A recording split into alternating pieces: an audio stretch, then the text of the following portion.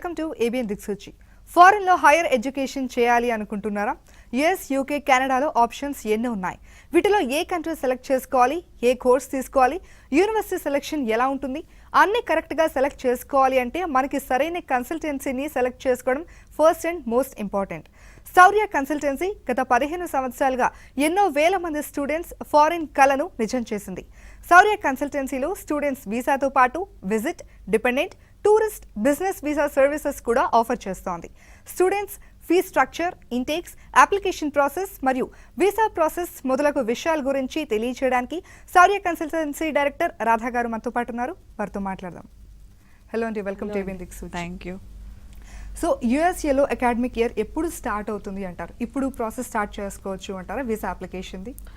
So USA వచ్చేటప్పటికి చాలా hard destination అండి. మన అందరు ఇండియన్ స్టూడెంట్స్కి 80% of the students every year, not only ఈ ఇయర్, లాస్ట్ ఇయర్ అని కాదు, every year 80% of the Indian students ఫారెన్కి వెళ్ళే వాళ్ళల్లో మనకి యూఎస్ఏనే ఎక్కువ మంది చూస్ చేసుకుంటూ ఉంటారు.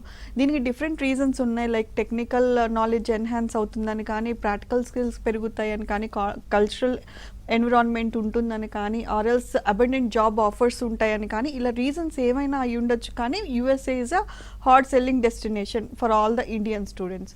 సో మనం యూఎస్ఏ అప్లై చేసుకోవాలి అంటే మనకి అక్కడ ఇంటెక్స్ తెలిసి ఉండాలి. Like unlike in India we have only 1 academic year అనమాట. Whereas in USA we have 3 academic sessions that are going to start. Next intake వచ్చేటప్పటికి కమింగ్ ఇంటేక్ ఫాల్ ఇంటేక్ అండి. ఈ ఫాల్ ఇంటేక్ మనకి ఆగస్ట్ నుంచి September వరకు ఉంటుంది. ఈ మంత్స్లో స్టార్ట్ అవుతుంది. సో ఇది చాలా మోస్ట్ పాపులర్ ఇంటేక్ అనమాట మన ఇండియన్ స్టూడెంట్స్కి.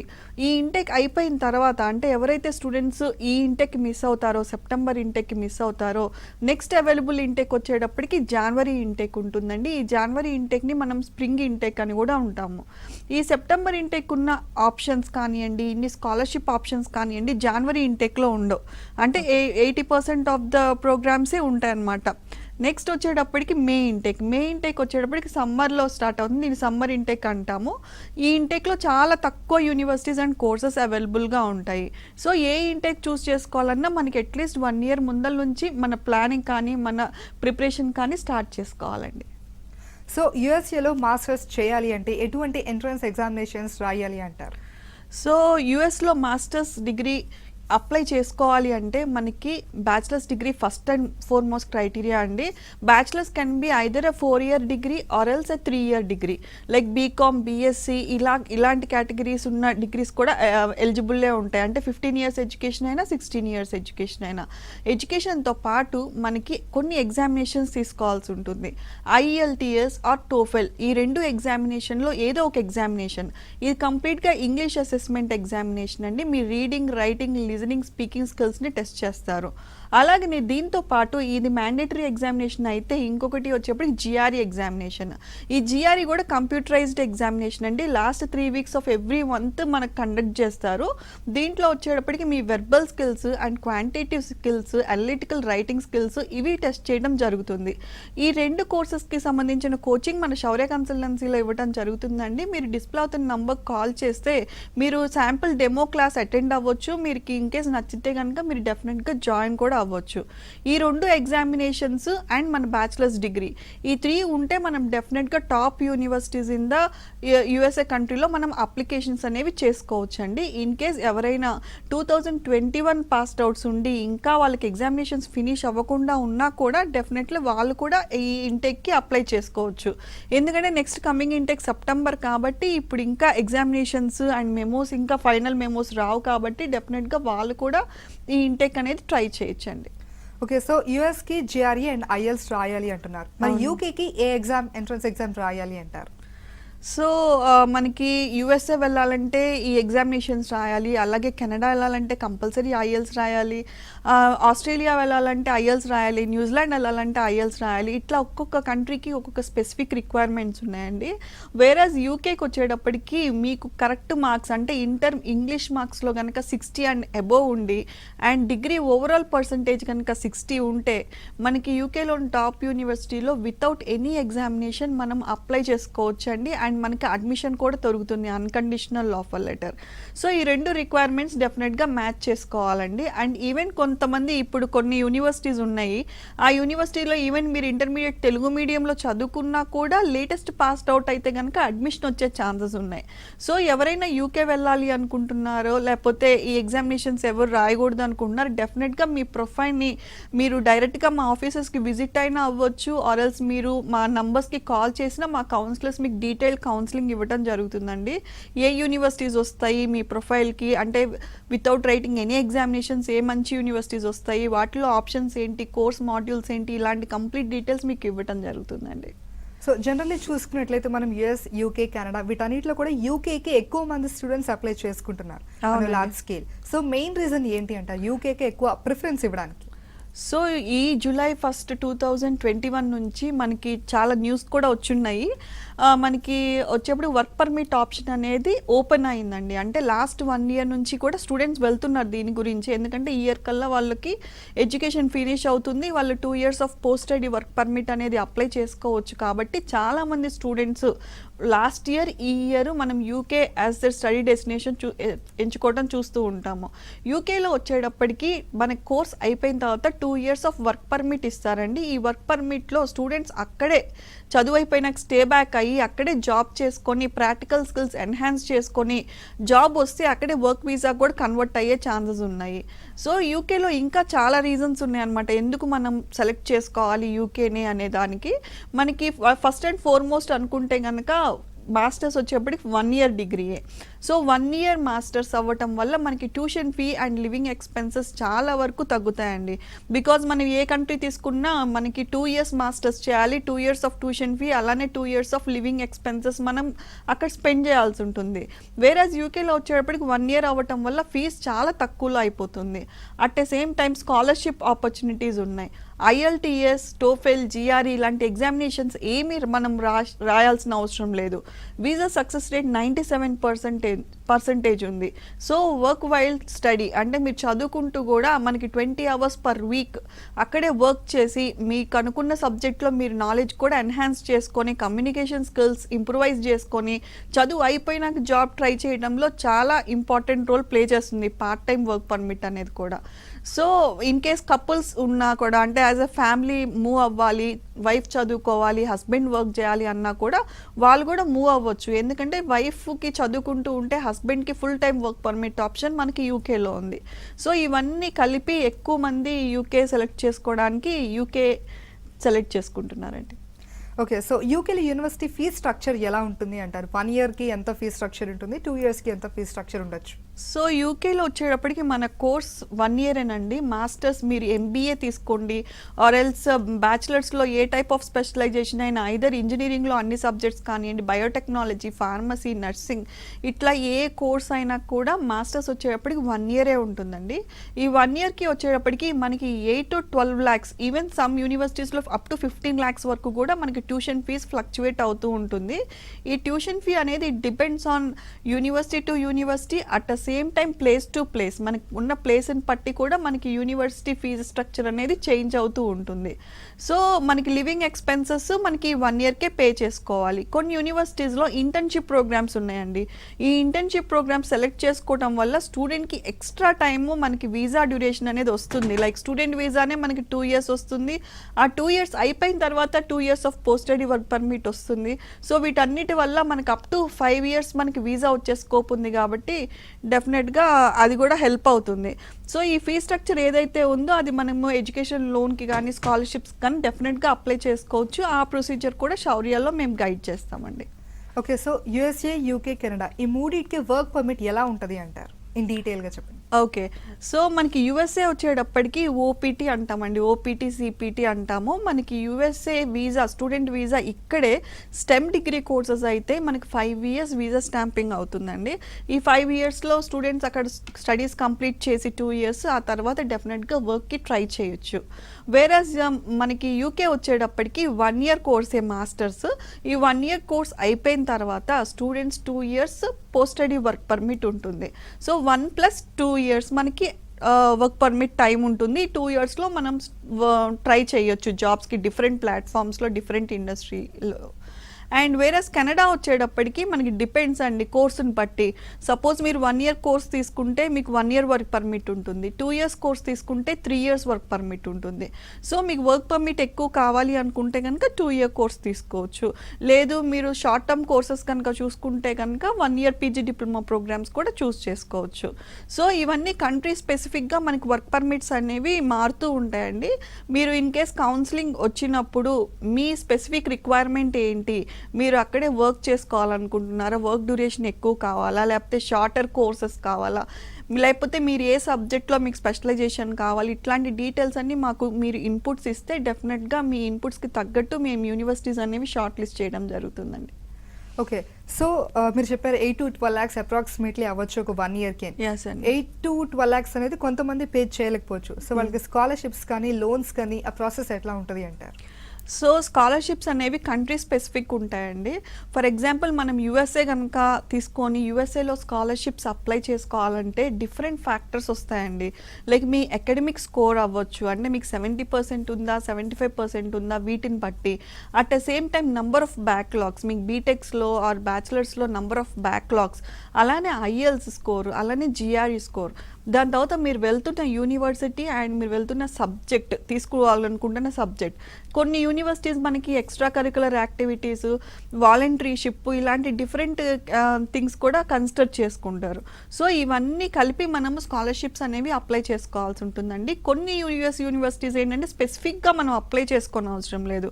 At a time of application, అంటే మన అడ్మిషన్ అప్లికేషన్ అప్పుడే వాళ్ళు డిసైడ్ చేసి ఇస్తారు. వేరే సమ్ స్పెసిఫిక్ యూనివర్సిటీస్కి మనం సపరేట్గా మన స్కాలర్షిప్ అప్లికేషన్ అనేది చేసుకోవాల్సి ఉంటుంది. వేరేజ్ యూకేలో వచ్చేటప్పటికి స్కాలర్షిప్స్ మనకి 2 types ఆఫ్ స్కాలర్షిప్స్ ఉంటాయండి. వన్ స్కాలర్షిప్ ఏంటి అంటే మెరిట్ బేస్డ్ స్కాలర్షిప్. మీకు ఉన్న పర్సంటేజ్ని బట్టి మీ స్కాలర్షిప్ అనేది వేరీ అవుతూ ఉంటుంది. Under one is international student scholarship. ఈ ఇంటర్నేషనల్ స్టూడెంట్ స్కాలర్షిప్ అనేది £500 నుంచి ఈవెన్ £1,500 బట్టి దాకా ఉంటుంది. సో ఇట్లా different types of scholarship options అయితే ఉన్నాయి. ఇది శౌర్యాలో కంప్లీట్ ప్రొసీజర్ అండ్ గైడెన్స్ మీకు ఇవ్వడం జరుగుతుంది. సో మీకు వరి ఏం అవసరం లేదు, అంటే స్కాలర్షిప్ ఎలా అప్లై చేసుకోవాలి, అడ్మిషన్ ఎలా అప్లై చేసుకోవాలనే వరి అవసరం లేదు. కంప్లీట్ గైడెన్స్ మీకు అడ్మిషన్ సపోర్ట్ నుంచి వీసా సపోర్ట్ వరకు కంప్లీట్గా శౌర్యాలో ఉంటుందండి. సో మొత్తం టైం పీరియడ్ ఎంత పట్టొచ్చు అంటారు? అంటే వీసా అప్లై చేసిన దగ్గర నుంచి వీసా వచ్చేంత వరకు టైం పీరియడ్ ఎలా ఉండొచ్చు అంటారు, ఎస్పెషలీ కోవిడ్ టైమ్స్లో? సో మనకి వచ్చేటప్పటికి వీసా టైము ఇట్ డిఫర్స్ అండి. అంటే లైక్ ఫర్ యూఎస్ఏ తీసుకుంటే మనకి 1 year అహెడ్ మనం ప్లాన్ అనేది చేసుకోవాలండి. అంటే సపోజ్ మనం 2021లో వెళ్తున్నాము అంటే కనుక 2020 నుంచే మన ప్లానింగ్ అనేది స్టార్ట్ చేసుకోవాలి. లైక్ యూనివర్సిటీ షార్ట్ లిస్టింగ్ చేసుకొని ఆ యూనివర్సిటీస్ గురించి రీసెర్చ్ చేసుకొని, అంటే మంచి యూనివర్సిటీస్ ఏంటి, ఏ యూనివర్సిటీకి వెళ్తే మీ కెరియర్ బాగుంటుంది అనే గైడెన్స్ శౌర్యాలో ఇచ్చినా మీ పార్ట్ కూడా ఉంటే మీకే బాగుంటుందన్నమాట. సో ఈ ఏ యూనివర్సిటీకి వెళ్ళాలి, కాస్ట్ ఎంత, లివింగ్ ఎక్స్పెన్సెస్ ఎంత, ఇలాంటివన్నీ మీరు రీసెర్చ్ చేసుకోవడానికి ఇనఫ్ టైం ఉంటుంది. At the same time IELTS, GRE ఇట్లాంటి ఎగ్జామినేషన్స్ కూడా రాయాలి కాబట్టి కొంచెం ముందలుగానే స్టార్ట్ చేసుకుంటే బెటర్గా ఉంటుందండి. ఇప్పుడు నెక్స్ట్ యూఎస్ఏకి వచ్చేటప్పటికి next available intake September intake. So 2021 passed outs కావచ్చు, 20 పాస్డ్ అవుట్స్, అంటే లాస్ట్ ఇయర్ కోవిడ్ వల్ల చాలా మంది వెళ్ళలేకపోయారు. సో 2020 పాస్డ్ అవుట్స్ అయితే ఎటువంటి ప్రాబ్లం లేకుండా అప్లై చేసుకోవచ్చండి, ఎందుకంటే అన్ని సర్టిఫికేట్స్ వాళ్ళకి రెడీగా ఉంటాయి.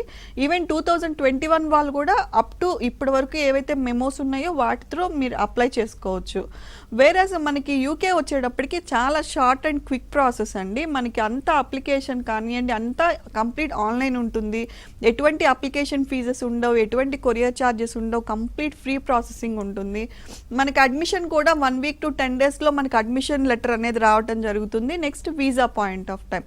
సో టోటల్ స్టార్టింగ్ నుంచి ఎండింగ్ వరకు మనకి 45 daysలో మనకి కంప్లీట్ ప్రాసెస్ ఫినిష్ చేసుకోవచ్చండి. సో శౌర్యాలో ఎటువంటి సర్వీసెస్ ఆఫర్ చేస్తారు అంటారు?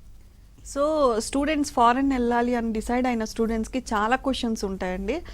కొంతమంది స్టూడెంట్స్కి ఏంటంటే పర్టికులర్ క్లారిటీ ఉంటుంది, లైక్ ఏ యూనివర్సిటీకి వెళ్ళాలి, ఏ కోర్స్కి వెళ్ళాలి అనేది కంప్లీట్గా వాళ్ళు రీసెర్చ్ చేసి వాళ్ళ ఫ్రెండ్స్లో కానీ లేకపోతే సీనియర్స్లో కానీ రీసెర్చ్ చేసుకొని కంప్లీట్ క్లారిటీతో ఉంటారు. సో కొంతమంది స్టూడెంట్స్ ఏంటంటే 4-5 యూనివర్సిటీస్ సెలెక్ట్ చేసుకొని ఆ 4-5లో ఎలాంటి ఏ యూనివర్సిటీ ఫైనలైజ్ చేసుకోవాలి, ఏ యూనివర్సిటీకి వెళ్తే వాళ్ళ కెరియర్ బాగుంటుంది ఉంటుంది అనే క్లారిటీ లేకుండా కన్ఫ్యూజన్లో ఉంటారు. ఇంకో థర్డ్ కేటగిరీ స్టూడెంట్స్ ఏంటంటే కంప్లీట్ ఐడియా ఉండదు వాళ్ళకి. అంటే ఎలాంటి యూనివర్సిటీ తీసుకోవాలి, ఇన్ని థౌజండ్స్ ఆఫ్ ఆప్షన్స్లో ఏది మనకి పర్టికులర్గా 1-2 సెలెక్ట్ చేసుకోవటం అనేది చాలా డిఫికల్ట్ టాస్కే. సో ఇక్కడ డెఫినెట్గా శౌర్య అనేది క్రూషియల్ రోల్ ప్లే చేస్తుందండి. సో మీకున్న మార్క్స్ని బట్టి, మీకున్న ఇంట్రెస్ట్ని బట్టి, మీరు ఏ సబ్జెక్ట్లో మాస్టర్స్ చేయాలనుకుంటున్నారు అనే దాన్ని బట్టి we will short list universities for you అండి. సో ఎట్లాంటి క్లారిటీ అంటే ఏ యూనివర్సిటీకి వెళ్తే వాళ్ళకి తర్వాత కెరియర్ పాత్ బాగుంటుంది, కెరియర్ ఆపర్చునిటీస్ ఏ ఫీల్డ్ చదువుకుంటే ఉంటుంది, దాని తర్వాత కోర్స్ స్ట్రక్చర్ కంప్లీట్గా మనకి ఏ సెమిస్టర్లో ఏమేమి సబ్జెక్ట్స్ తీసుకోబోతున్నారనే కంప్లీట్ క్లారిటీ శౌర్యాలో ఇవ్వటం జరుగుతుంది.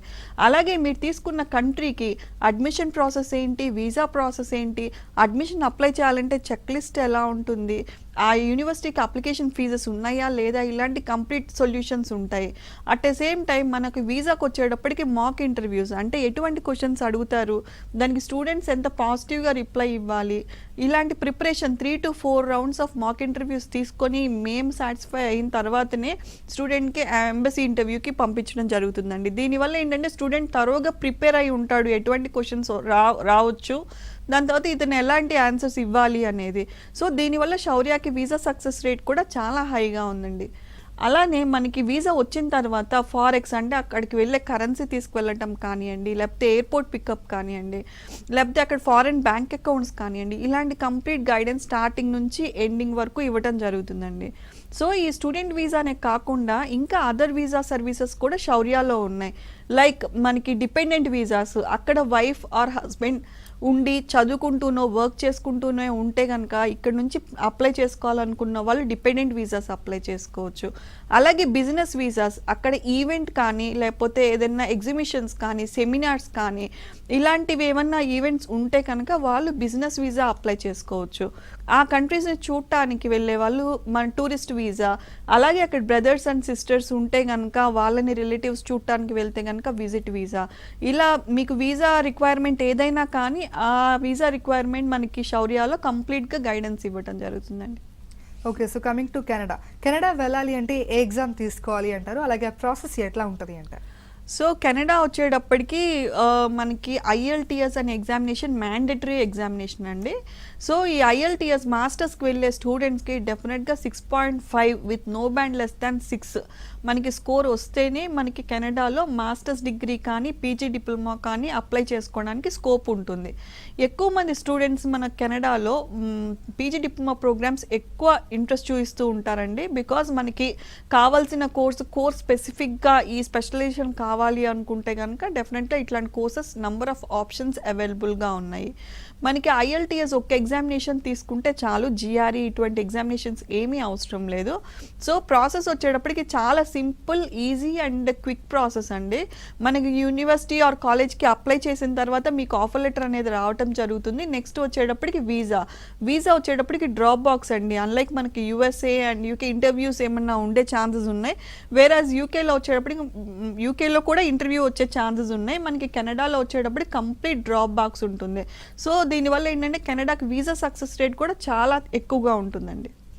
ఓకే, సో కొంతమంది కోర్స్ చేంజ్ చేసుకోవాలి అనుకుంటారు, వాళ్ళకి కోర్స్ చేంజ్ చేసుకోవడానికి ఎటువంటి పాసిబిలిటీ ఉంటుంది అంటారు? సో జనరల్గా వచ్చేటప్పటికి యూఎస్ఏలో ఇటువంటి కోర్స్ చేంజెస్ ఎక్కువ చూస్తూ ఉంటామండి. లైక్ యూఎస్ఏ వెళ్ళే స్టూడెంట్స్ మెకానికల్ చదవనియండి, ఈసీఈ చదవనియండి, ట్రిపుల్ చదవనియండి, ఇట్లా ఏ స్పెషలైజేషన్ చదువుకున్నా కూడా యూఎస్ వెళ్ళేటప్పుడు కంప్యూటర్ సైన్స్ షిఫ్ట్ అవుతూ ఉంటారు. జనరల్గా ఈ ప్రొసీజర్ యూఎస్లో యూనివర్సిటీస్ యాక్సెప్ట్ చేస్తారండి. దీనికి స్ట్రాంగ్ SOP అనేది మీరు ప్రిపేర్ చేసుకోవాల్సి ఉంటుంది.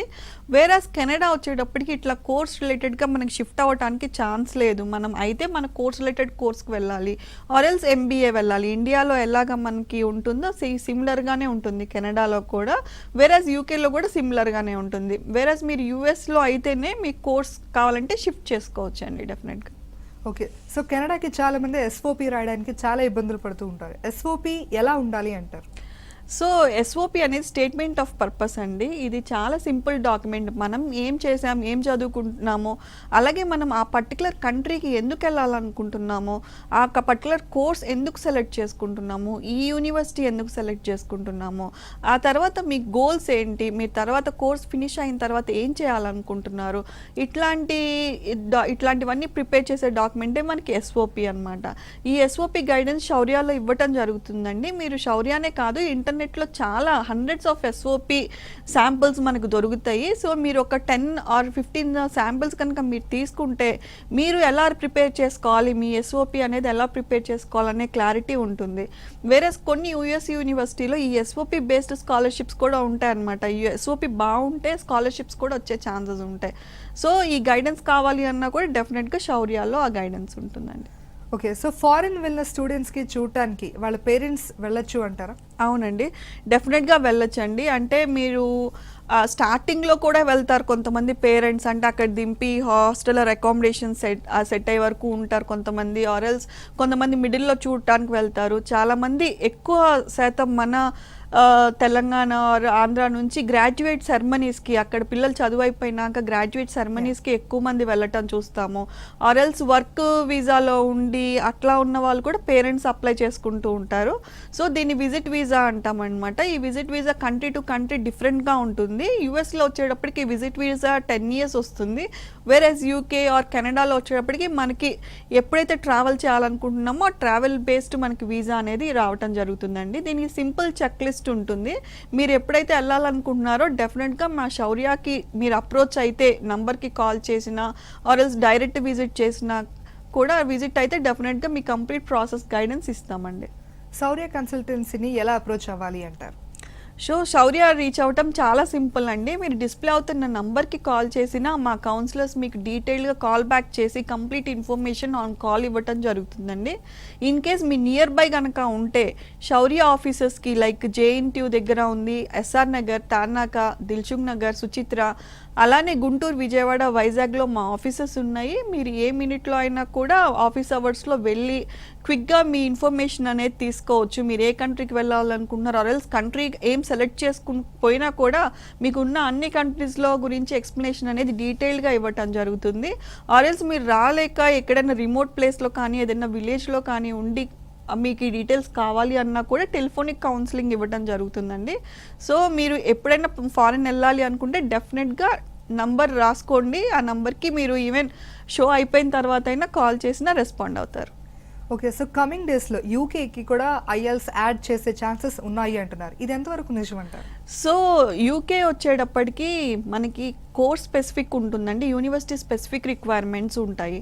లైక్ ఫర్ ఎగ్జాంపుల్ కొన్ని యూనివర్సిటీలో మనకి ఇంటర్మీడియట్ 70%, అలానే డిగ్రీ ఓవరాల్ పర్సంటేజ్ 70% ఉండొచ్చు రిక్వైర్మెంట్. సో ఈ రిక్వైర్మెంట్కి మనకి 60% ప్రొఫైల్ అప్లై చేసామనుకోండి డెఫినెట్గా ఐఎల్టీఎస్ రాయమనే కండిషన్ వస్తుంది. అలాగే 60% ఉన్న యూనివర్సిటీకి మనం 50% ప్రొఫైల్ అప్లై చేసినా కూడా సేమ్ వస్తుంది. సో మనకి ప్రొఫైల్కి ఏ యూనివర్సిటీ అయితే అన్కండిషనల్ ఇస్తుందో అలాంటి యూనివర్సిటీ షార్ట్ లిస్ట్ చేసుకోవటం బెటర్ ఆప్షన్ అండి. అంటే మోస్ట్ ఆఫ్ ద యూనివర్సిటీస్, అంటే 80% of the universities don't ask for IELTS.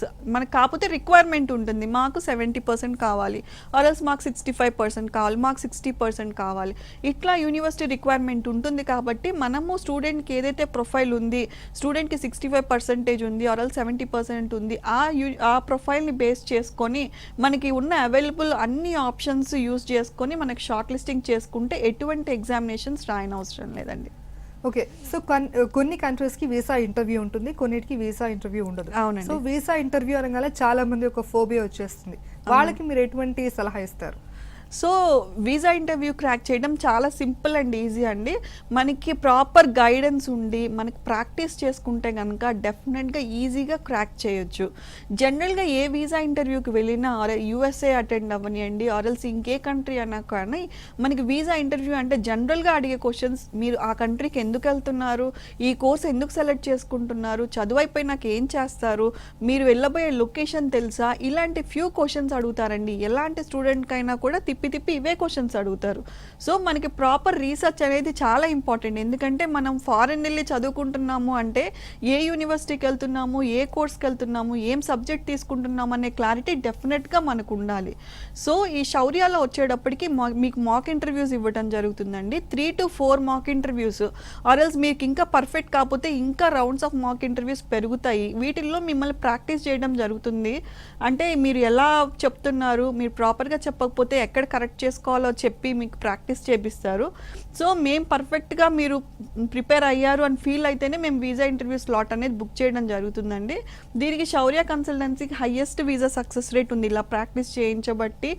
And ఈ వీసా సక్సెస్ రేట్ మీరు మా గూగుల్ ఆర్ ఫేస్బుక్ రివ్యూస్లో కూడా మా స్టూడెంట్స్ మాట్లాడింది డెఫినెట్గా చూడొచ్చండి. ఓకే, సో అక్కడ ల్యాండ్ అయ్యాక అకామిడేషన్ విషయంలో మీరు ఏమైనా హెల్ప్ చేస్తారా ఆఫ్టర్ ల్యాండింగ్? ఎస్ అండి, అంటే అకామిడేషన్ వచ్చేటప్పుడు డిఫరెంట్ టైప్స్ ఆఫ్ అకామిడేషన్స్ ఉంటాయి. Not only country specific like UK, USA, Canada are what ever country you take.